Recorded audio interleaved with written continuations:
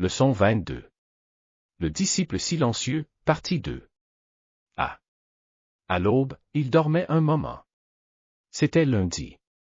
Après le petit déjeuner, Johnson se rendit à son travail. Il a travaillé dans un cabinet d'avocat. Son bureau était dans un grand bâtiment au centre de la ville. Il était occupé toute la matinée. À l'heure du déjeuner, il s'est rendu dans un restaurant voisin. Il s'assit à une table à côté d'une fenêtre. Puis il vit l'homme debout devant la fenêtre. Il faisait face à la rue.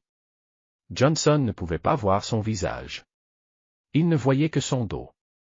Il sortit du restaurant. L'homme vit Johnson et s'enfuit. Johnson le poursuivit. L'homme courut très vite.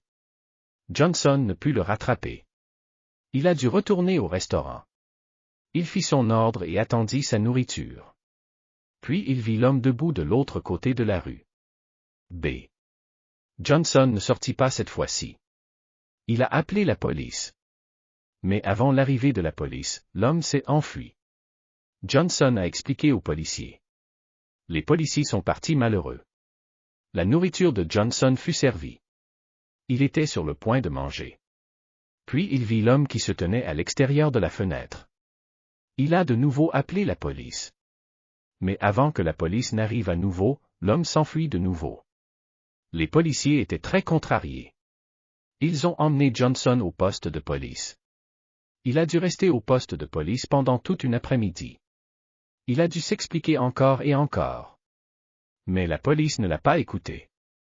On lui a dit de ne plus gêner la police. C. Johnson rentra chez lui. Il n'a pas dit à sa femme ce qui s'était passé.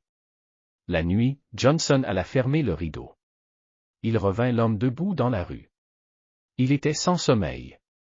Il ne pouvait pas chasser l'homme de son esprit. Il se leva plusieurs fois pour regarder l'homme. Il le voyait à chaque fois. À l'aube, l'homme était toujours là. Johnson décida d'attraper l'homme. Il s'est levé et a mis une paire de chaussures de sport. Il sortit de la maison et se précipita vers l'homme. L'homme vit Johnson et s'enfuit. D. Johnson le poursuivit. Quand Johnson courut vite, l'homme courut vite. Quand Johnson courut lentement, l'homme courut lentement.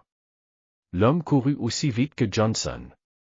Il se tint donc à une certaine distance de Johnson. Johnson suivit l'homme sur une colline. L'homme courut vers une falaise. Johnson était très heureux.